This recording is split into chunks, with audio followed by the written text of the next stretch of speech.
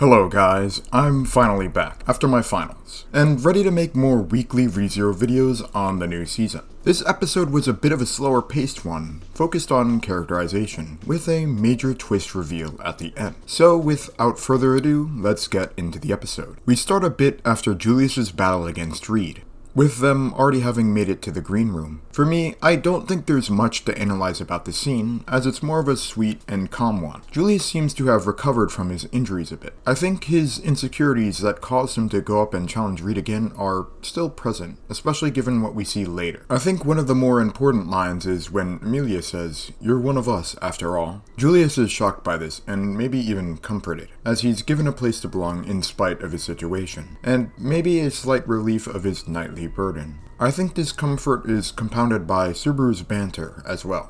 In contrast, in the next scene, Ram is a lot more critical of Julius and his actions, showing her as a lot more focused towards her own goals, rather than the group as a whole, and she looks genuinely pretty angry in this scene. After Maylee's interjection, the group moves on to discussing how to get past the second trial, but Shala says that they needn't rush. Shala's lines here, "No matter how many days, years, or centuries it takes, and just have some fun with me here before you go," may reveal some insights about her character. We're already aware that she claimed to have watched the desert by her master's commands for about 400 years. And even though she's saying these lines with a joyful voice, it's a little sad. And Subaru reacts as such. She has such a simple request to just have some fun, as if that's all she wants out of him. Her sense of time is also very odd, as we've seen before, and I just don't think she understands how long centuries are. It's also a little frightening given that she thinks it could possibly take that long to clear the trials of the tower. We then move on to dinner time, where we get this cute interaction between Subaru and Bayako. I'm not actually certain if we knew this before, but apparently Beatrice cannot gain mana from Subaru while he's sleeping. Besides that, I love these constant, cute interactions between Subaru and Bayako. It's a consistent reminder of Season 2's ending. As for the food, they have a huge spread. I was wondering how they're going to get food while being unable to leave the tower, but it seems like they packed so much in the carriage, and it's quite high quality too. It doesn't look like preserved rations like dry meat or sailor's biscuits, but actual food. I was thinking, maybe Amelia froze all the food to keep it from spoiling. I thought this was interesting because it might open up some implications about how food travels throughout Lagunica. But I'm sure not everyone has access to a person that can use fire magic for shipping. But maybe larger organizations have dedicated workers for this. Refrigerated train cars revolutionize the types of food we eat, so maybe even some of the poorer Lagunicans can afford fresh meat from time to time. In contrast to an equivalent time period like the 1700s. These methods could also keep seasonal goods year-round, which is also pretty interesting.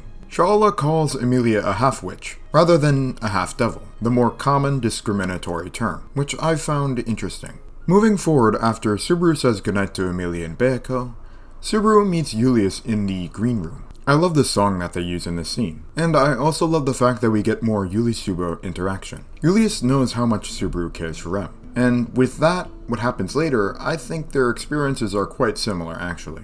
Julius's question of knowing what to say when Anastasia Aridna wakes up prompts an intriguing response from Subaru. He says what Julius should say quite casually, which makes me think of what Subaru will say to Rem when she wakes up, and what he'll say afterwards. They were just talking about her after all. Julius says he envies Subaru's ability to speak his mind, and this thought is so constant, shown recently in the last episode, and in Season 3 as well. Julius communicates his feelings through a filter of knightly demeanor, but Subaru speaks his mind. Maybe not in the best way all of the time, especially in Season 1, but he doesn't feel as though he has an image he must protect, or at least in the same way Julius does. He acts on his personal obligation to others. This is, in part, Julius's perspective on Subaru, because this may not actually be discussing the same thing, but Subaru constantly puts on a tough act throughout the series. However, he has shown his vulnerable side to others, and that's where he shines. And this also may be in part what informs Julius's perspective of Subaru,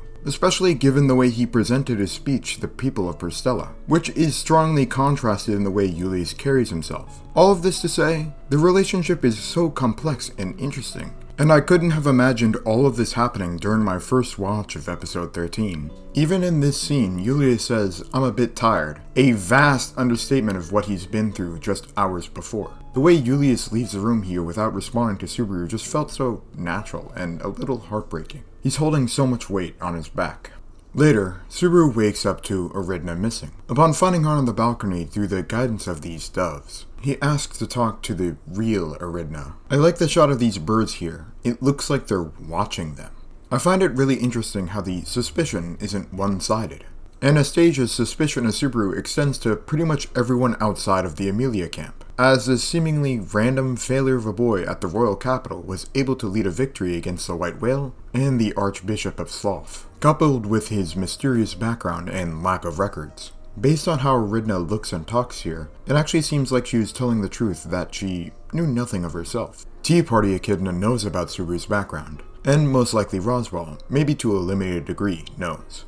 Puck threw suspicion towards Subaru, but he's definitely proved himself in the eyes of Emilia and Beatrice. Maybe not Rom though, as from the cave scene, I think we're made aware of her deep down suspicion of Subaru, despite the fact that she cares for him. Subaru thinks that she's afraid of him, and it seems so. Echidna's deep care for Anastasia is also reinforced in the scene, unless she's an incredible liar. I would really like to know more about Anastasia's motivation for wanting to rule Lagunica. I don't know if I could make anything of this, but it's quite curious that the birds fly away immediately after Julius' appearance. He's particularly distraught by the fact that he was unable to tell that she was not Anastasia, and that Subaru could, as I would expect. Subaru makes himself more suspicious by claiming that it was a coincidence, once again. Julius holds on to the idea that he's her first knight, quote saying, not wanting anything to slip. Maybe because everyone has already forgotten him, but he wants to remain being what he thinks he should be, making that title so important to him.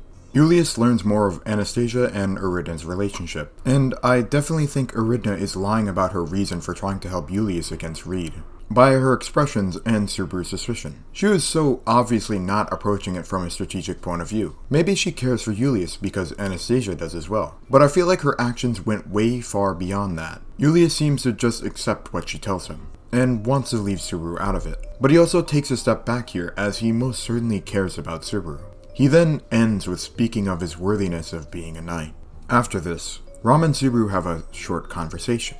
But I find it quite interesting that Rom tells Subaru to stop calling her big sister, which I'm thinking, why this all of a sudden? Maybe it has to do with her thinking about Rem. Maybe it's painful for her to hear it each time, while not being able to remember her own sister. Excuse me for saying maybe a lot in this video, but for a lot of things in ReZero, you can't say anything for certain. Finally, we get to the end of the episode, where Subaru hurriedly heads up the stairs towards Reed's trial, and the next morning, we're met with a massive cliffhanger, with us having absolutely no idea what happened. Subaru wakes up with his hair down, like in the intro, shocked at the appearance of Emilia and Beako, and after observing his situation, he gets a sparkle in his eye, shouting that he's been summoned to another world. I really like how he shouts this in such a similar way to episode 1. And this contextualizes the title of the episode that I've been wondering about, because it made absolutely no sense before watching the episode. But it seems that Subaru has lost his memories, up to after being transported. There's a lot to speculate with this, but for now I'm gonna leave it for next episode, because it's a pretty major cliffhanger that I would like to sit on longer. Overall, I love the developments we got in this episode. Its presentation wasn't as bombastic as ones we've gotten prior, and I think we could have had some more interesting ways of doing it, but I still thought it was great. If I had to rate it, I would say it's about an 8 out of 10. If you enjoyed this video, I recommend subscribing, commenting, liking the video, and using the hype feature if you're on mobile. It really helps us out. If you'd like, you're welcome to stick around for more, as I'm doing these videos weekly as Season 4 comes out. ReZero is my favorite show of all time, and if you'd like to see more of my opinions or thoughts, stay tuned for more.